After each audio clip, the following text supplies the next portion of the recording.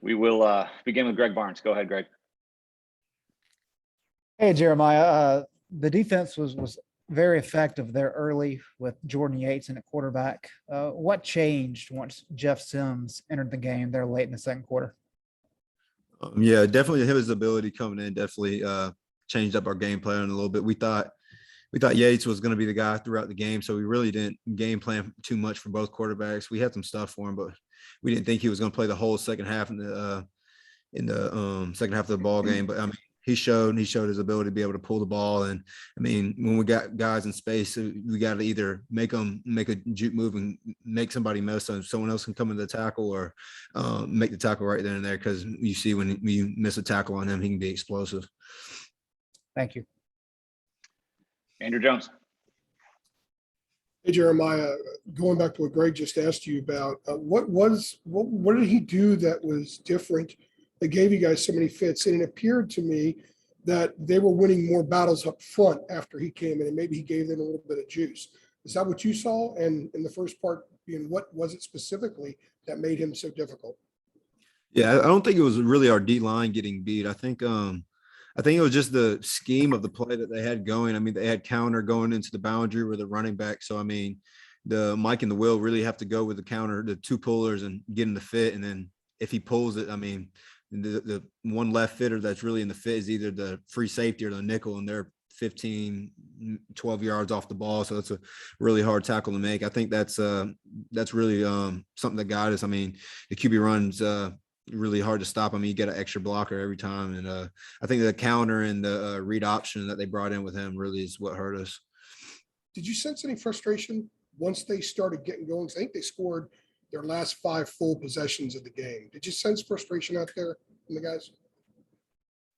Yeah, I was a little bit frustrated. I mean, because when we're getting lined up, I mean, it wasn't really everything about them. Sometimes we would be in a stunt and two guys wouldn't run the stunt and everybody else on the defense is running the stunt. So, I mean, there's a gap open. When he took off on that long run, I mean, not everybody was on the same page. When he hit the long run, I believe in the third quarter, like I said, probably 8 or 9 of us were in the defensive call and the other 2 guys weren't. And I think that's just what we talk about during the week. I mean, we can't have any mental errors. I mean, it's really us beating ourselves. Thank you. CEO Brown, go ahead. Hey, Jeremiah, where do you feel like the team goes from here? Obviously this loss puts you in a different category in terms of the race in the Coastal, and kind of given the expectations and talk that this could be a special season. How do you feel like you guys are going to react going forward? Group together and come back together even closer as a team. Do that 1 more % that you can do next week to help the team get better.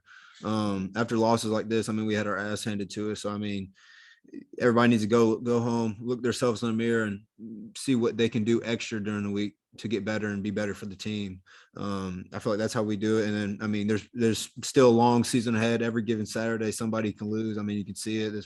So far these 4 weeks in the college football season have been crazy. So, I mean, get back to the team, regroup, and get closer as a team and do 1 more that you did, do 1% more than you did last week and bring the guys together. Thank you.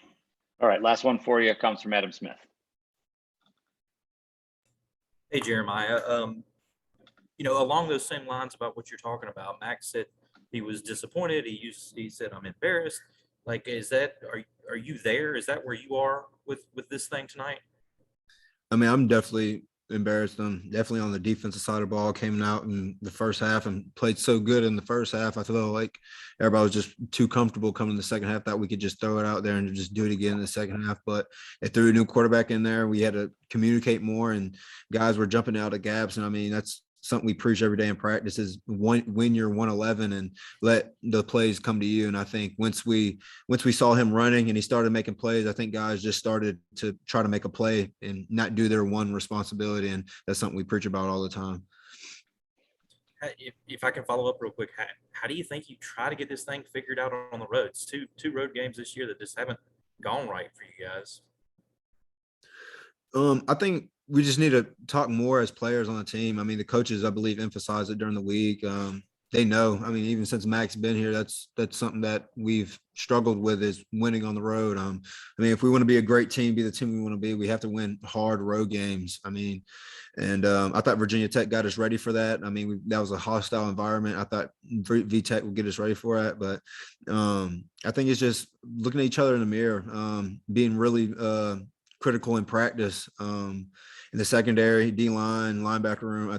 I mean, there shouldn't be anything tolerated when there's mess ups on a Wednesday or really even on a Tuesday when we're in a base call. That's something that I believe we need to hold each other accountable with. Thanks. Jeremiah, thanks for a couple of minutes. No problem.